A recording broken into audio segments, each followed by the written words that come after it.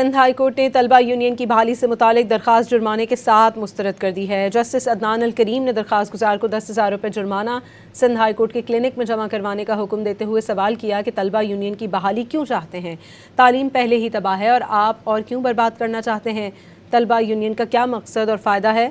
दरख्वास्त गुजार के वकील ने मौक़िफ़ इख्तियार किया कि यूनियन का मकसद तलबा को पॉलिसी साजी में नुमाइंदगी फराहम करना है। सिंध हाई कोर्ट ने तलबा यूनियन की बहाली से मुतालिक दरख्वास्त जुर्माने के साथ मुस्तरद कर दी है। जस्टिस अदनान अल करीम ने दरख्वास्त गुजार को 10,000 रुपये जुर्माना सिंध हाई कोर्ट के क्लिनिक में जमा करवाने का हुक्म देते हुए सवाल किया कि तलबा यूनियन की बहाली क्यों चाहते हैं। तालीम पहले ही तबाह है और आप और क्यों बर्बाद करना चाहते हैं। तलबा यूनियन का क्या मकसद और फ़ायदा है। दरख्वास्त गुजार के वकील ने मौक़िफ़ इख्तियार किया कि यूनियन का मकसद तलबा को पॉलिसी साजी में नुमाइंदगी फराहम करना है। सिंध हाई कोर्ट ने तलबा यूनियन की बहाली से मुतालिक दरख्वास्त जुर्माने के साथ मुस्तरद कर दी है। जस्टिस अदनान अल करीम ने दरख्वास्त गुजार को 10,000 रुपये जुर्माना सिंध हाई कोर्ट के क्लिनिक में जमा करवाने का हुक्म देते हुए सवाल किया कि तलबा यूनियन की बहाली क्यों चाहते हैं। तालीम पहले ही तबाह है और आप और क्यों बर्बाद करना चाहते हैं। तलबा यूनियन का क्या मकसद और फ़ायदा है।